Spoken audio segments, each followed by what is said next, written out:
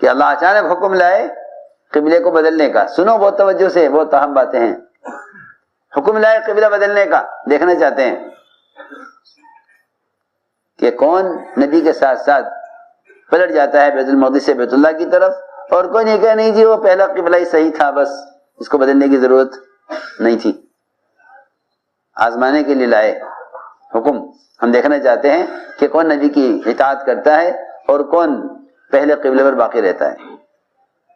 حذیفہ جانتے تھے کہ منافقین کون کون ہیں، اور کوئی نہیں جانتا تھا. کیوں؟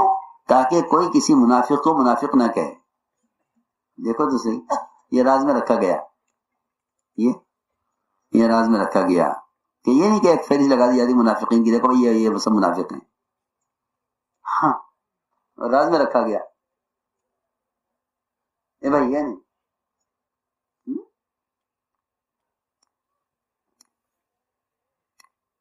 بات دھیان سے سنو، بیٹھ جاؤ. ہاں، یہ نہیں کہ اس کو راز میں رکھا گیا کہ اعلان کر دو فلاں فلاں منافق ہیں، فہرست بنا کے لٹکا دو بھائی یہ منافق ہے. نہیں، اس کو راز میں رکھا گیا. کیوں؟ تاکہ ایک دوسرے کو منافق نہ کہیں.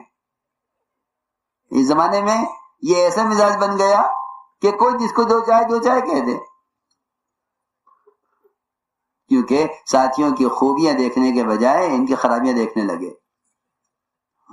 ہم سمجھتے تھے کہ تم دوسروں کی خوبیاں دیکھو اور خوبیاں اپنے اندر لاؤ دوسروں میں سے.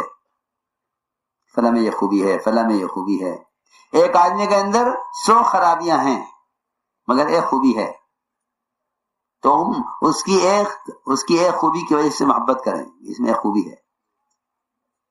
ایک آدمی کے اندر اس وقت 100 خوبیاں ہوں گی مگر ایک خرابی ہوگی، تو اس ایک خرابی کی وجہ سے اس سے نفرت کرتے ہیں. اس کی 100 خوبیوں کی طرف کوئی خیال نہیں ہے. اس سے صلاحیتیں ضائع ہوتی ہیں. اس لیے جب کسی کی غلطی یا کسی کی خرابی دیکھو تو اس کی خیر تلاش کرو، اس میں خیر تلاش کرو. یہی صحابہ کرام کا مزاج بنایا گیا تھا.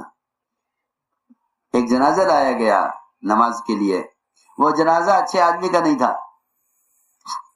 جنازہ اچھے آدمی کا نہیں تھا، بہت برا آدمی. آدمی اتنا برا تھا کہ حضرت عمر نہیں چاہتے تھے کہ آپ نماز پڑھائیں. حضرت عمر نے آپ کو روک دیا نماز سے کہ نہیں آپ نہ آئیے اس کے جنازے پر، آپ ہم میں سے کوئی پڑھا کے اس کو دفن کر دے گا، یہ آدمی اچھا آدمی نہیں ہے، آپ اس کی نماز نہ پڑھائیے. حضرت عمر کا خیال تھا یہ. حضور اکرم صلی اللہ علیہ وسلم نے آ کر اعلان کیا صحابہ میں، جس آدمی کے بارے میں حضرت عمر کہہ رہے کہ اچھا آدمی نہیں ہے، اپنے اعتماد کا آدمی کہہ رہا ہے آدمی صحیح نہیں ہے. ہاں، ہم تو اپنے ساتھی کے بارے میں سوچیں کہ بھئی فلاں کے بارے میں جو فلاں نے یہ کہا ہے میں نے بھی یقین کر لیا کہ ہاں یہ آدمی اچھا نہیں ہے. اور حضرت عمر کہہ رہے، حضور اکرم آپ کے مشیر خاص حضرت عمر کی زبان میں فرشتے بولتے تھے. حضرت عمر سمت کے ملہم تھے.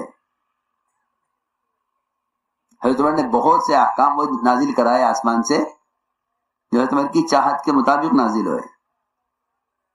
اس درجے کے آدمی ہیں عمر.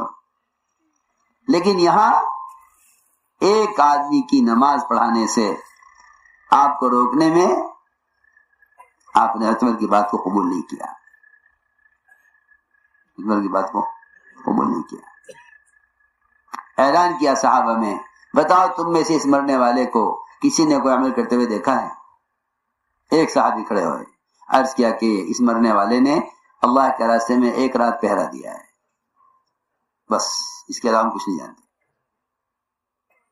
ساری خرابیوں میں یہ خوبی، ایک وقت ایک دفعہ صرف خروج میں رات کو اس نے، وہ بھی کوئی عبادت کے لائن کا عمل نہیں بتایا، انتظامی لائن کا عمل. جی ہاں، آپ کی اجتماع میں کوئی پانی کا انتظام کرے، کوئی نگرانی کرے، کوئی سارا انتظامی کام. تو آپ نے فرمایا کہ جو آنکھ اللہ کے راستے میں پہرا دینے میں جاگی ہے وہ آنکھ جہنم کی آگ نہیں دیکھے گی. فرمایا عمر پیچھے ہٹ جاؤ، تمہیں کوئی حق نہیں لوگوں کے اعمال کے بارے میں سوال کرنے کا. جی ہاں، اس بارے میں سوال مت کرو. جی ہاں، یہ تم سے نہیں پوچھا جائے گا لوگوں کے بارے میں کہ فلاں کیسا تھا فلاں کیسا تھا. جی ہاں، دیکھو یاد رکھو، حساب اور عذاب یہ صرف اللہ کا حق ہے، صرف. جی ہاں، مگر اس زمانے میں کی مصیبت یہ ہے کہ لوگوں نے ایک دوسرے کا حساب، ایک دوسرے کو عذاب دینا اپنے ذمہ لے لیا ہے. جی ہاں، جس کو دیکھو وہ اسی چکر میں پڑا ہوا ہے، فلاں کو پکڑو، فلاں کو پکڑو، فلاں کو یہ کرو، فلاں کی اصلاح کرو. جی ہاں، سارا فساد اہل حق کے درمیان صرف اس لیے ہے کہ ایک دوسرے کی اصلاح کا بیڑا اٹھا لیا ہے، اپنے حال سے بے خبر اور دوسروں کے حال کا فکر. اپنے حال سے بے خبر اور دوسروں کے حال کا فکر. جی ہاں، مولیا صاحب نے اس کام میں سب سے پہلا اصول یہ بنایا تھا کہ اس راستے میں اپنی اصلاح کا ارادہ رکھنا، بس تو چل سکو گے. ورنہ حدیث کا مفہوم بھی یہ ہے کہ جو دوسرے کی اصلاح کا ارادہ کر لے گا اس کا غم کبھی ختم نہیں ہوگا. جی ہاں، حدیث صحیح، حدیث کا مفہوم ہے کیا کر لے گا دوسروں کی اصلاح کا ارادہ. جی ہاں، یہ دوسرے کی اصلاح کا ارادہ نہ کرو، اپنی اصلاح کا ارادہ کرو. جی ہاں، تو بہت امن آ جائے گا کام میں. فساد جتنا بھی ہے وہ دوسروں کی اصلاح کی وجہ سے ہے، جتنا بھی فساد ہے. اس لیے فرمایا کہ اس کام میں سب سے بنیادی بات یہ ہے کہ لوگوں کی خوبیوں کی طرف نظر رکھو، اور جس سے غلطی ہو جائے اس کی قربانیاں یاد کرو. یہ بھی ہے، غلطی کرنے والوں کی غلطیوں کا مت تذکرے کرو، غلطی کرنے والوں کی قربانیاں یاد کرو. غلطی کرنے والوں کی، ہاں، یہ ہے صحیح طریقہ، اور یہ ہے سیرت کا، اور یہ اس کام کا مزاج، اور یہ ہے نبی کا حکم. حضرت حاتب رضی اللہ تعالیٰ عنہ نے اتنی بڑی غلطی کی کہ مکے والوں کو بتا دیا کہ تم پر اللہ کے نبی حملہ کرنے والے ہیں. کافروں کو راز فاش کر دیا. حضرت عمر نے فرمایا منافق ہے یہ. میں کہ نہیں، عمر یہ منافق نہیں ہے. ہاں، لیکن اتنی بڑی غلطی ہے کہ آپ کے مکے پر حملہ کرنے کی خبر مشرکین کو کر دی، حالانکہ آپ چھپ کر تیاری کر رہے تھے. آپ تیاری چھپ کر رہے تھے نا. دیکھو نا، تو بہت بڑی غلطی ہے جس سے عام مسلمانوں کا نقصان ہوتا. اتنی بڑی غلطی.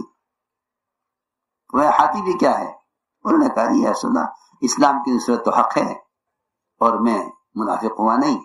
بات یہ ہے کہ میں نے اپنے بچوں پر، اپنے بچوں کی حفاظت کے لیے کفار پر احسان کیا ہے تاکہ میں وہاں میرے بچوں کی حفاظت کر لیں. یہ کمزوری ہے میری. اور آپ فرمایا کہ دیکھو عمر اس نے بات سچی کہی ہے. کہ نہیں اجازت دیجیے میں اسے قتل کر دوں. فرمایا آپ نے کہ عمر تم کیسے قتل کر دو گے حاتب کو، یہ تو بدری صحابی ہیں. اللہ کہہ چکے اہل بدر کے بارے میں جو چاہو کرو، تمہیں اللہ معاف کر چکے. اعملوا ما شئتم قد غفرت لکم. تو یہ ہمیں بتایا گیا تھا کہ تم کسی کو بھی یہ سوچ کر ضائع نہ کر دو کہ آدمی ٹھیک نہیں ہے، یہ آدمی اپنا نہیں ہے. جی ہاں، آج کل تو حال یہ ہے کام کرنے والوں کا، یوں دیکھتے ہیں غور سے یہ کس کا آدمی، کس خیال کا آدمی ہے، یہ کون سی پارٹی کا. کیا شروع ہوا یہ. میری تو عقل حیران ہے، میری تو بالکل عقل حیران ہے. انتہائی حماقت اور انتہائی بیوقوفی کا اور بڑے نقصان کا راستہ ہے یہ.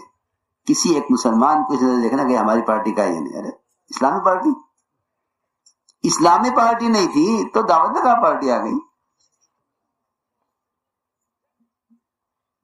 دیکھو نبوت کا مزاج یہ ہے کہ تم غیروں کو بھی غیر مت سمجھو. اور کہاں کہاں اس پر آ گئے کہ یہ مسلمان کو کیا اپنے ساتھیوں کو غیر سمجھے. سوچو تو صحیح. اسلام کو ایک میں سکھلایا گیا تھا کہ تم غیر کو بھی غیر مت سمجھو. اگر تمہارا معاملہ غیروں کے ساتھ بھائیوں کی طرح ہے، اگر تمہارا معاملہ غیروں کے ساتھ بھائیوں کی طرح ہے تو کل تمہارے دل میں داخل ہو سکتے ہیں. تو کل تمہارے دین میں داخل ہو سکتے ہیں اگر تمہارا معاملہ غیروں کے ساتھ بھائیوں کی طرح ہے. اگر تمہارا معاملہ غیروں کے ساتھ بھائیوں کی طرح ہے تو امید ہے کہ کل تمہارے دل میں داخل ہو جائیں. لیکن اگر تمہارا معاملہ اپنے ساتھیوں کے ساتھ غیروں کا ہے تو یقینی طور پر یہ فرقے بن جانے. یقینی بات ہے کہ یہ فرقے بن جانے. اس لیے ساتھی تو غلطیاں ہوں گی، یہ کوئی فرشتے نہیں ہیں. ارے کام کرنے ایسے ہونی چاہیے، ایسے ہونی چاہیے، ایسے ہونی چاہیے، یہ بالکل بے وقوفی کی بات ہے. بالکل بے وقوفی کی بات. کام کرنے والے ایسے ہونے چاہیے، ایسے ہونے، بالکل بھی نہیں، یہ بے وقوفی کی بات ہے. بلکہ عقل مندی کی بات یہ ہے کہ مجھے ایسا ہونا چاہیے، مجھے ایسا ہونا چاہیے، مجھے ایسا. ہر آدمی سوچ لے کہ مجھے ایسا ہونا چاہیے.